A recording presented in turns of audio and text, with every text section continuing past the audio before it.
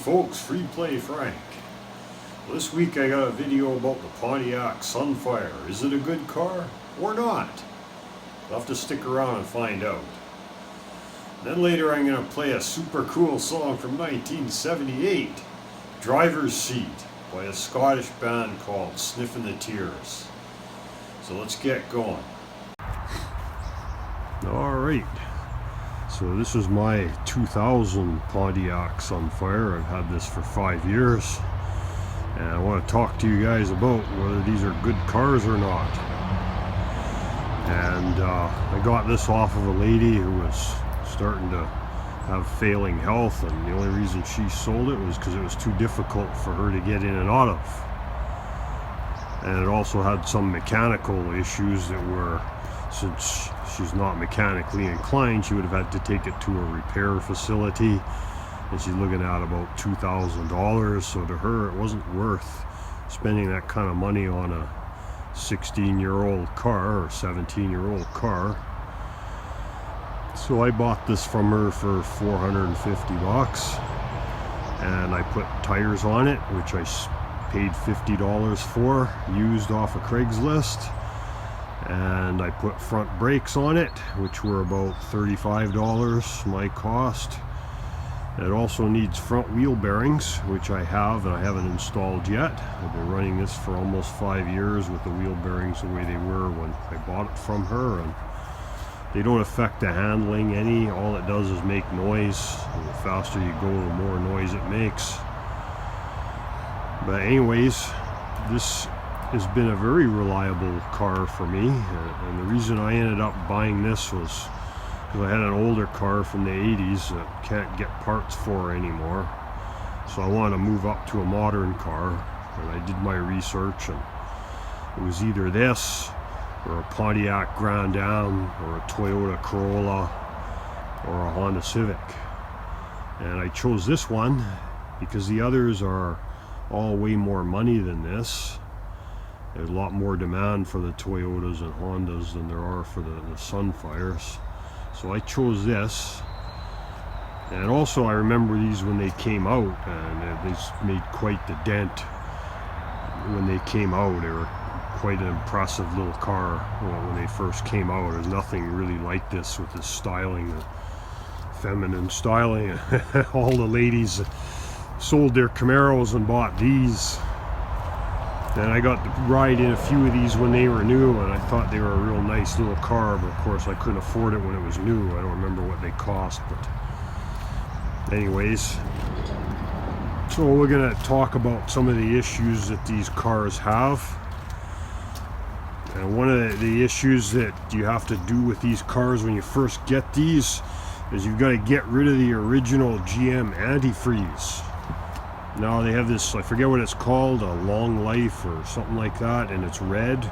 So you open up the radiator fill. I'll open the hood here in a minute and show you. And you replace that with Prestone 2. Because if you leave that original antifreeze in there, it'll make the head gasket start to leak after about 100,000 miles. But since we're talking about a 22-year-old car here, anybody who's got one of these with less than 100,000 miles on it, it'd be pretty rare. So I'm sure a lot of these went to the junkyard prematurely because of that. Thanks, GM. Real nice of you. Anyways, I'll show you another modification I did to this car when I first got it. Because I had leather seats and a leather steering wheel. Now these come out of a Grand Am. This seat is from a 1996 to 98 Grand Am. And they bolt right in. The only modification you have to do is you have to add one wire for the power, because the driver's seat's a 6-way power seat. And the reason I did that is because I'm tall, so my head was hitting the ceiling on this car when I was driving it with the stock seats, and my legs are bent. I like my legs to be straight when I'm driving. So I did a bit of modification to the seat track. I elongated the holes as much as I could. And you combine that with the 6-way adjustments, and I can get this down nice and low so that I can drive it comfortably. And Steering wheel also came out of that Grand Am, and it's a bolt in too. You just be very careful when you remove the airbag. You take the wires off very, very carefully.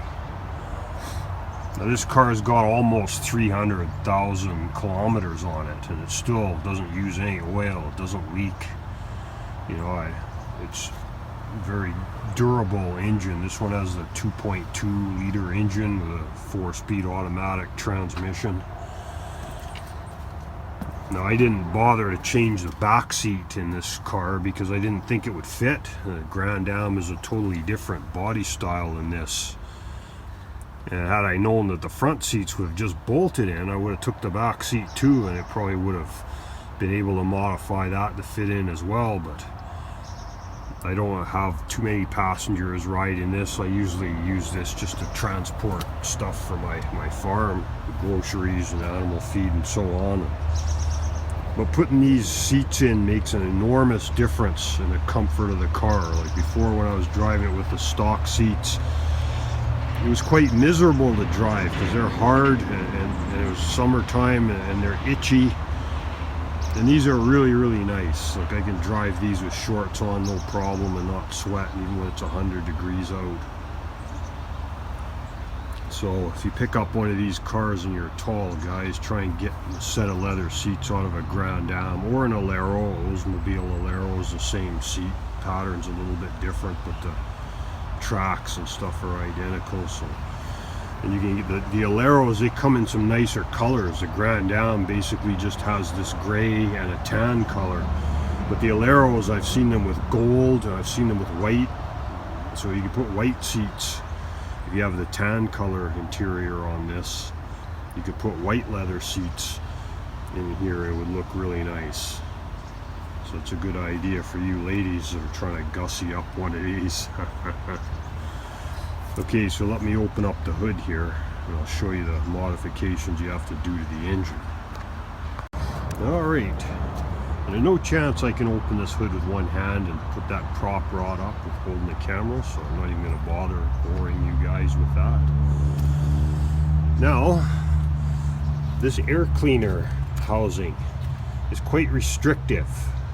So what I've seen guys do is they get those K&N inline filters.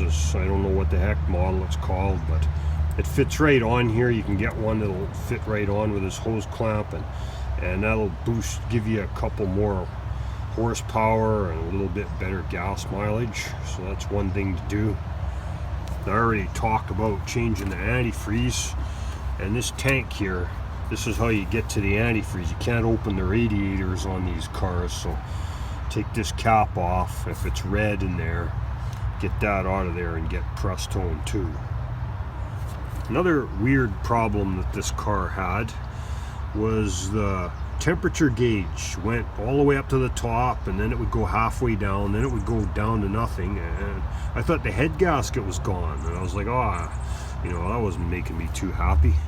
But anyways, what it turned out to be was this here is the sending unit for the temperature gauge, and it was broken. Now you can't see it here, but I glued this back together with construction adhesive, and it restored the connection. Because what was happening is the top half of this was broken, so it was jiggling around, and as I was driving, it would make the check engine light come on, and you know, that was annoying. I mean, that lady must have had that problem, and she must have thought the engine was shot or something. But all I did was glue this back on, and it made it solid. Now it's solid, so it cured that problem. And of course you have to change your oil all the time. It has this long fancy dipstick here to check the oil, which is cool. It's right out in the front, nice and easy to get to. And you got the fuse box here. If you blow any fuses, any of your electrical stuff isn't working, it's very well labeled, but they're all for and everything. Now, when you buy one of these things, you want to look for rust around here. They seem to always like to rust around. This is the shock tower. These 3 bolts holds the coil spring that holds the front wheel up.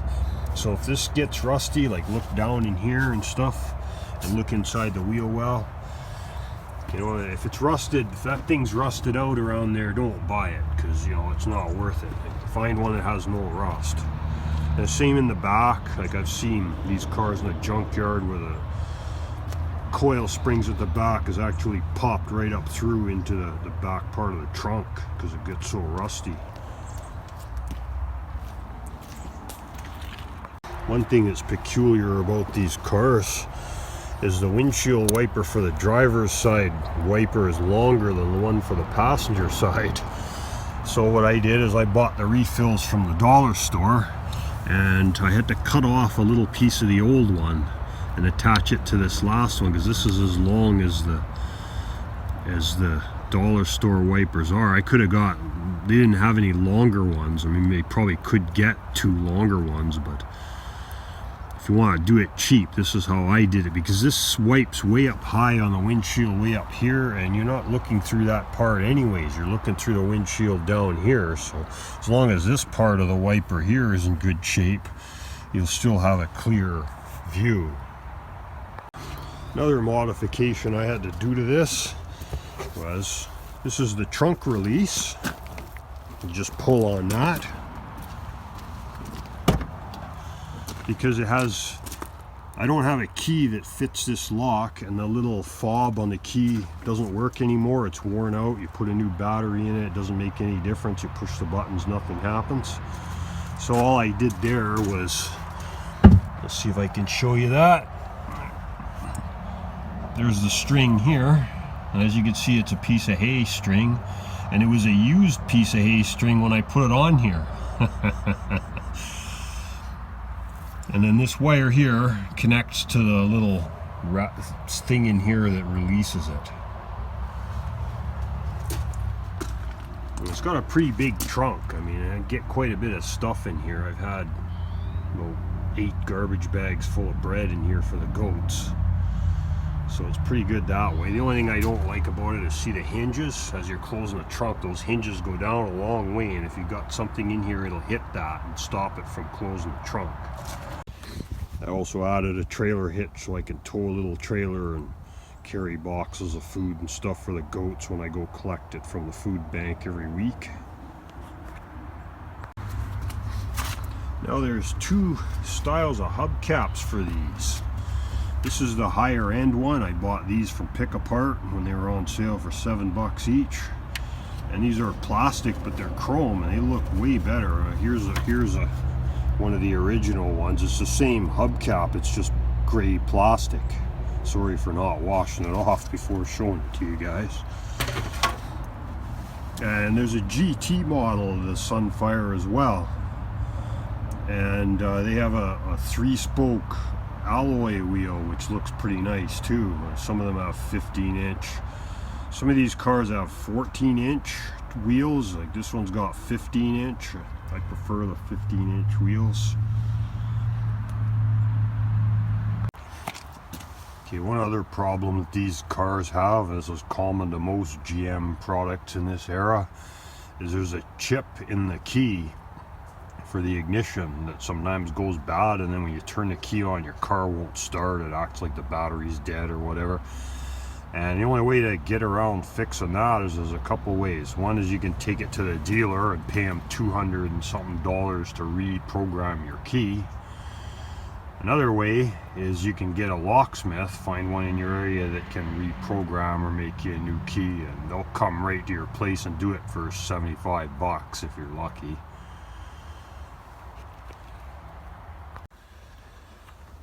Yeah, see how the steering wheel has this leather wrap, and it's got this fancy stitching. I have no idea how the factory would have done that. This must have been hand done somehow, because this is pretty elaborate how they made this part. And about the transmissions in these things, it's a 4-speed overdrive, a 4th drive is overdrive, and 3rd is direct. So when I pull a trailer, if I got anything of significant weight on it, I drive in 3rd, because I want to try to save the overdrive. Now, guys have different opinions about changing the transmission fluid in these things. And if I have not changed the transmission fluid in these things, and as you would expect, this is a high mileage car. It doesn't shift absolutely perfect when it's cold. And when the weather's cold, it won't go into overdrive for a couple miles. It just stays in third. But that's no problem.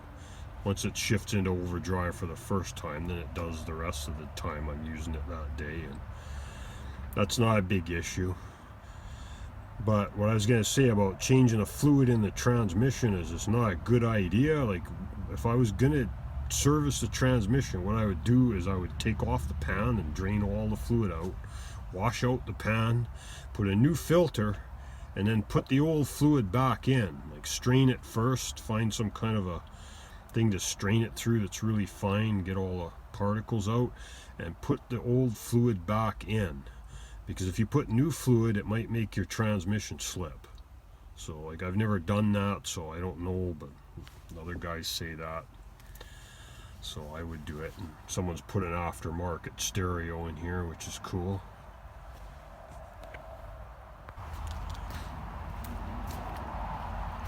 So here's another 2000 Sunfire that I bought off another lady, and I ended up getting this one pretty cheap because the fuel pump was gone, and she was also moving, and she didn't want to sell it. She was saving her money up to have the fuel pump replaced, but she had to move and had no place to put it, so I got this for a good deal too. As you can see, this one has the plain Jane gray plastic hubcaps, and this one has the original interior. This is the gold color.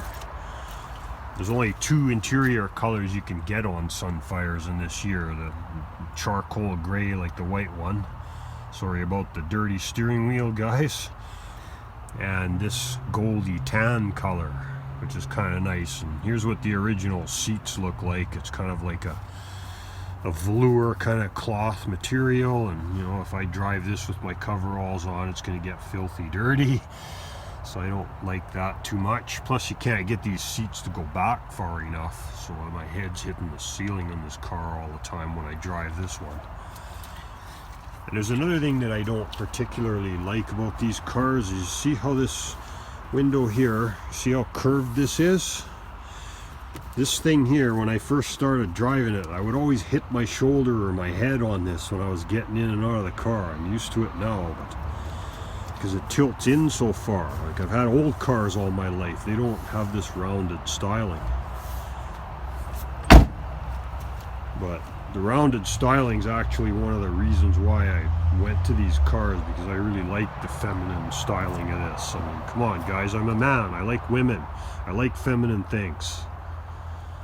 But if you guys are scared of the feminine styling of a Sunfire, you can always buy the Chevrolet Cavalier. It's the same car, it's just different, a little bit different tail lights, a little bit different grille, but all the mechanicals of it are the same car. And I really like this wing thing, the styling. See how they did this? This is cast out of some kind of hard plastic, and I really like the way they designed that. It's a really nice piece. But anyways, my take on the Pontiac Sunfire is that it's an awesome little car, and you can still get parts for them. The parts aren't expensive. Unfortunately, they closed the pick-apart in my area, but unfortunately I bought all sorts of spare parts for it when it was still opened. But if you're in an area that has a pick-apart or pick-and-pull wrecking yard, they usually have lots of these. You can get parts for these. So you get my thumbs up on this car, guys and ladies. If you're looking for a good car, a cheap car that'll work well and not give you much trouble, I would go with the Pontiac Sunfire.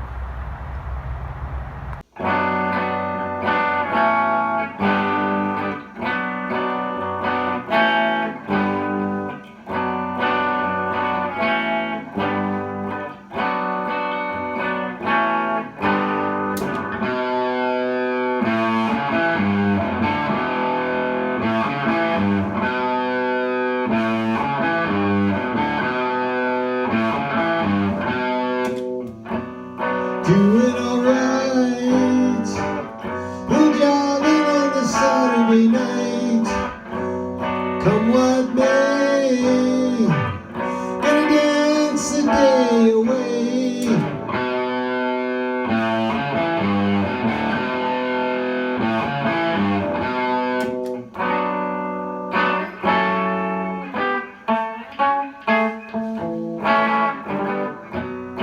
Jenny was sweet, always smile for the people she meets.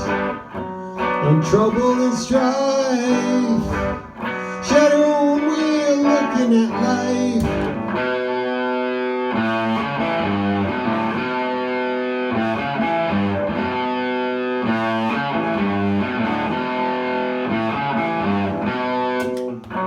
The news is blue, and its own way to get to you. Ooh, what can I do?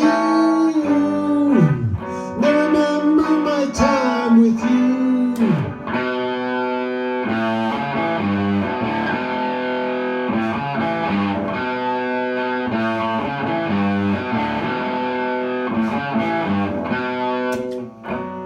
Pick up your feet, gotta dance to the trick of the beat. There is no elite, take your place in the driver's seat.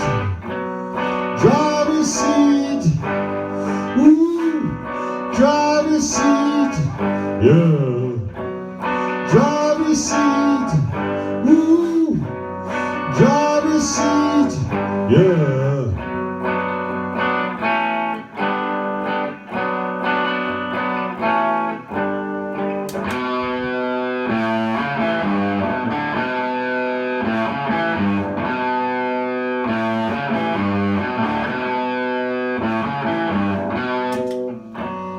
Jenny was sweet, there is no elite.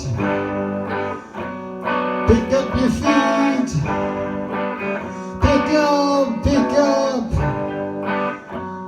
Pick up your feet, gonna dance a day away.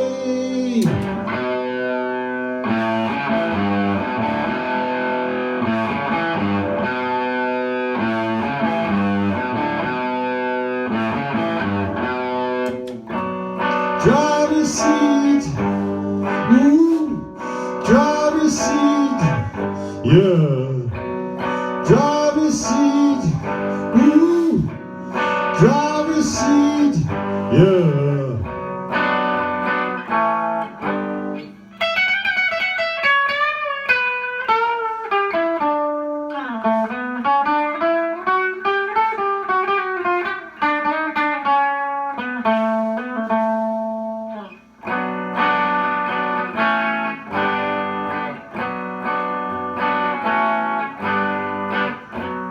Driver's seat, ooh, driver's seat, yeah. Driver's seat, ooh, driver's seat, yeah. Driver's seat, driver's seat.